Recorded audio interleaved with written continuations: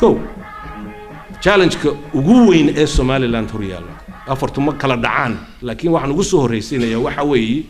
وذا جيرك سوماليلاند civic national unity of Somaliland so the garmist أنا هرجيس جوجان كهذلي أنا عرقاب جوجان كهذلي أنا برع جوجان كهذلي بربران كهذلي بورمان كهذلي جبليبان كهذلي سيلعبان كهذلي so هذا سمعت راديو دان كهذلي تلفزيون دان كهذلي جامعة دان كهذلي national unity وذا جير مركاني جيرين أم باي أدو دل عصن تهاي واحد قبته بيعول دان شبي مركز دمر نقونيه كل كان سوماليلاند waxay u baahan tahay in la galiyo energy cusub iyo shaqo cusub iyo fikrad cusub wada jirka ummadaas sida maxaan ku rahay loo adkeeyo wada jirkuna ma aha bari iyo galbeed iyo tadhexe saddexda ma meel walba wada jir la'aantaas way taala dilaacaas uu yeela waa kii Faisal ka hadlayay maxaan ku rahay aniga family-gayga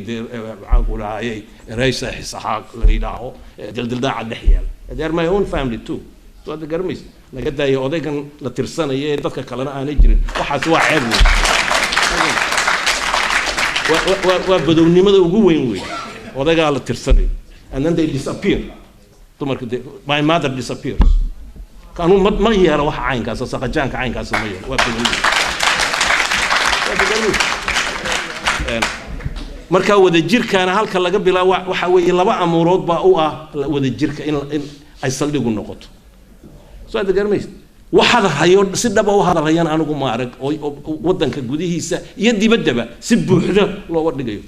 فنان كواكي يرتبط أبوانك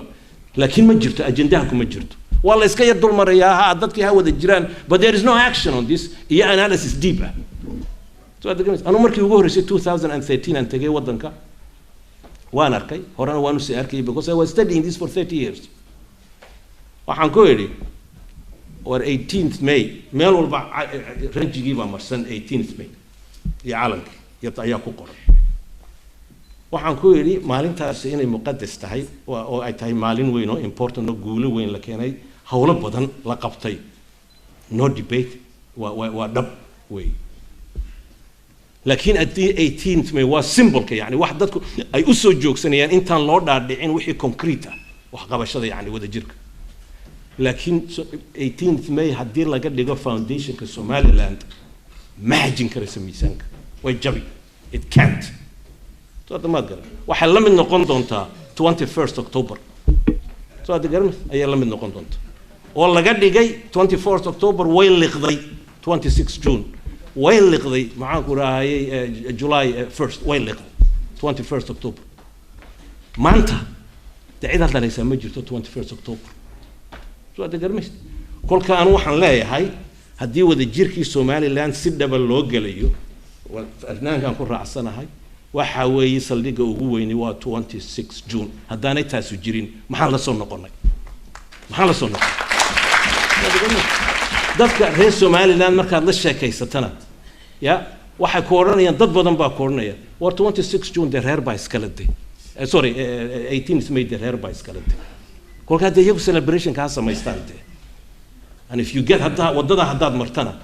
تمرك هو ذا جيركي ورد ما هذا مرك أنا وحن لا يا هاي دتك السياسة ده كجرو يا إد ومضى الله هذا اليوم وأنا ذهلك أكبر الأوضاع تو هذا قرميس دتك متعلمين تاع جامعة ده الجوجة سكول ده وحكي لقوا وأنا ذهلك أكبر الأوضاع 26 June is the most important day for the recognition of Somaliland ده الشيء دي هلك أيكوس عطو وذا جيركي قال كذا وحكى الله ده مواسرف تصرف من نقون يسدي صرف قد ضيع من نقون يسدي معاه ولا هاي the real currency من نقون يسدي هالك أصلا كجاري وأنا سوجي هذا إنه وقت هاي سنة وأنا دين شيء details كأنتا كحيوان دين شيء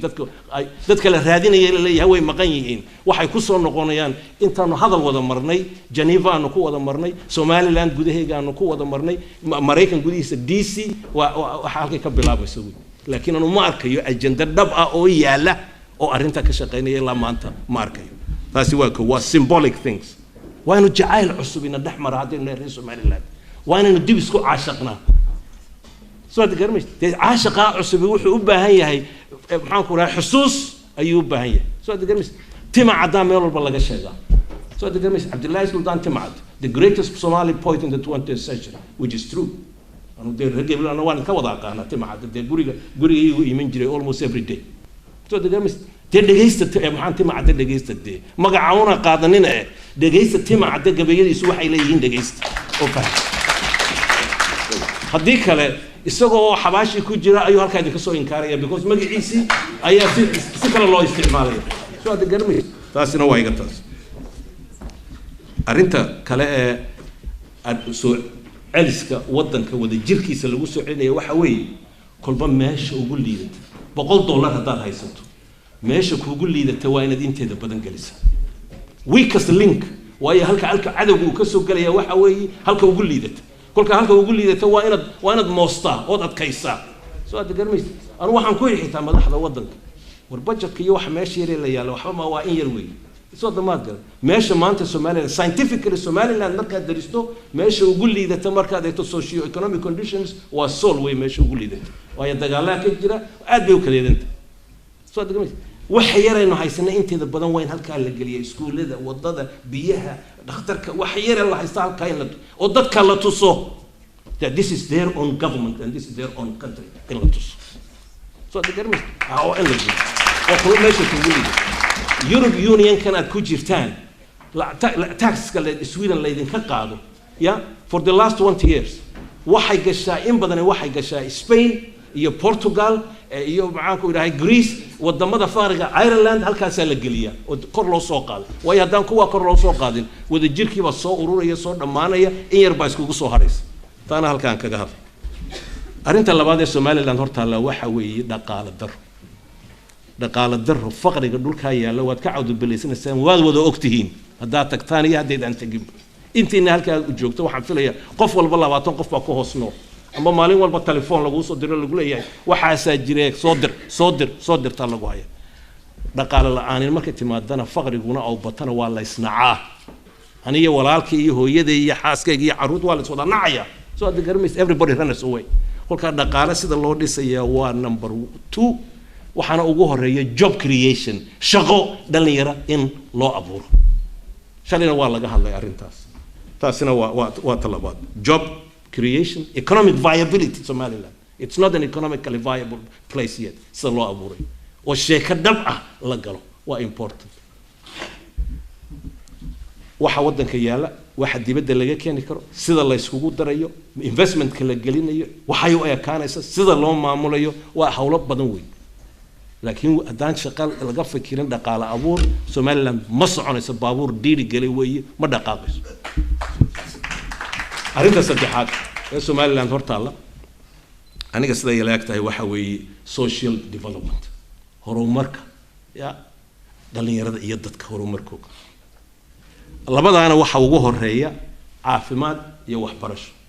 health and education labada hadaad keento health and education waxaad abuuraysaa in one generation dad caafimaad qaba oo wax bartay marka dambe iyaga ayaa wadanka dhisaya adduunyadan aad joogtaan just study the history of your own country Sweden darsa waxa lagu qiyaasaa horumar wadan waxa weeye dadka caafimaadkooda halku maraya waxbarashadooduna halkay maraysaa boqolkiiba boqol wax ma akhriin karaan wax ma qori karaan imso qof oo Somaliland wax qori karo wax akhriin karade you'll be surprised how low the statistic is so the garmis warka labada caafimaad iyo waxbarashadii waxay u baahan tahay energy cusub haday waxbarasho jirto oo cusbitaal jiraana sida dhakhtarku shalay uu noo sheegay waa in quality kor loo soo qaado dhakhtarada quality loo nurseska quality loo soo qaado qalabka yaala kor loo soo qaado preemptive medicine ee cudurka intaanu iman in laga sii maxaan ku rahay dardarmo waa la soo let me just tell you abaarta ka dhacaysa wadamada qaar kood waxay sameeyaan markay abaartu ku soo socoto aynaan hadda nahay Somaliland aynaan wali xitaa ogeyn waa idayaa wax akhriyade oo research arrimaha ay akhriya abaartu markay soo socoto waxa la soo gaaray scientifically meel aad sheegayso abaartu inay soo socoto roobku sanadkan El Niño roobku sanadkan oo meelaha qaar kood ku yaraanay abaar ay dhacayso you can know this 1 year sometimes 2 years in advance maxaa la sameeyaa wadamada xoolaha dadku ay xoolo dhaqatada tahay waxa la sameeyaa dadka markay abaartu soo dhawaato xoolaha dadku ay haystaan ee kulay ka dhimanaya ayaa laga iibsadaa dawladdu ka iibsataa lacag baa la siiyaa xoolahinta laga iibsado lacagta way haystaan soo hadda magar inta ay abaartu socotana wixii biyo iyo emergency iyo cunto iyo dawo la gaarsiiyo si ay u noolaadaan xoolihiisa way socdeen laakiin way nool yihiin dadkii lacag yarna way haystaan oo xoolihii baa laga iibsaday kolkay abaartii dhammaato lacagtii bay haystaan they refurbish markaa xoolo cusub bay iibsanayaan and they start to build life again so haddaa tii aan la samayn xoolihii baa ka dhammaanaya waxna ma haystaan waa inay magaalooyinka yimaadaan markaas waa inay Gebile iyo Boorame iyo Hargeysa iyo Berbere iyo Oodweyne iyo Ceel Afweyn iyo Burco iyo Ceeriga waa inay yimaadaan iyagoon waxbana haysan waxbana aqoon marka waa inay raadsadaan qof reer hebela oo meesha xaas yar kule magaalada jooga oo dul fadhiista qabiilku waxyaabaha dhulku ka soo noqdo waxa soo kala ayaa kamid ah marka waa kugu soo celcelinaysa arrimaha caynkaas haddii laga fikro abaartu wax laga adkaan karo weeyi soo degarmis Botswana oo ka hadlayay walaalkay Botswana waxyaabaha caynkaas waa pioneers waa dadkii bilaabay arrimaha maqlimaysi Botswana oo xoolo dhaqata waana xoolo dhaqato oo abaar ay ku dhacdo dhulkooguna aad buu engegsan yahay oo qaylinayo la abaar baad dadkii baa dhimanaya you will never see this because they have strategies in place taasina waa halkaasaan kaga dhaqaya health education standards la korin loo soo qaado jaamacadihii baa laga soo baxaya I have been told this by the professors. jaamacadihii baa laga soo baxaya inankii markaad tidhaahdo soo qor memo ya 4 paragraph iyo soo qor memo they can't I have seen it they can't waxa lagu soo qoriyana waa ingiriisi jajaban oo aad moodo in aw yahay elementary and secondary school in jajaban waana jaamici inankan not because they are not intelligent they are intelligent laakiin the standards benjamin soo degamaysa macallimiinta professorada madahad yani kelmadaha yani waxaanu galeynaa dhulka xamar waxyaabaha baabiyay waxa weeyi dadku waxay sheeganayaan qualification ay aan lahayn professor hebel doctor hebel soo degamaysa manager ma jirto soo degamaysa marka standards dadka aan ka fikirin standards aan ka fikirin you can't improve sidoo qiyaasi the improvement ki hadanu standard hadii aanu jirin so marka education ki dhanna in la gaarsiiyo ballad horizontal la gaarsiiyo waa important iyo caafimaadka dhanna vertical kor in loo saqado standards la sameeyo waa hawlaha horumarka maxaan ku rahay ee ku jira Soomaaliland ee horyaala ee maanta u baahan in la fahmo oo barnaamij loo dejiyo oo la garto oo dadkeegii la keeno kama